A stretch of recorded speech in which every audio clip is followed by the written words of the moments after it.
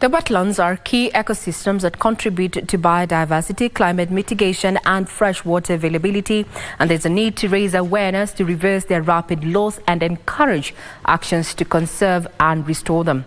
Kenya Water Tower Agency's Acting Director for Ecosystem Protection, Rehabilitation and Conservation, Molo Watu, says by employing various initiatives, they have so far rehabilitated over 600,000 hectares of natural forests and recovered at least 200 acres at Chalbi Desert. He was speaking during a media engagement forum ahead of the World Wetlands Day to be commemorated this Friday at Lake Naivasha in Timboroa, Uasin Gishu County. There's a vision to be able to focus on these natural watersheds, water towers.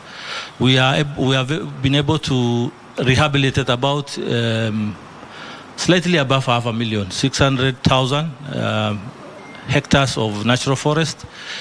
We've been able to fence, we have fenced Mau, about 30 kilometers, electric fence. This will help in natural regeneration. And we have challenges from mogoka sellers and also what they call sugarcane, small sellers, because they peel, put in that package, then sell it to the people.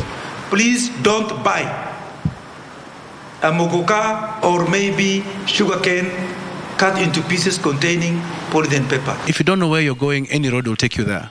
And that's why previous administrations created Kenya Vision 2030.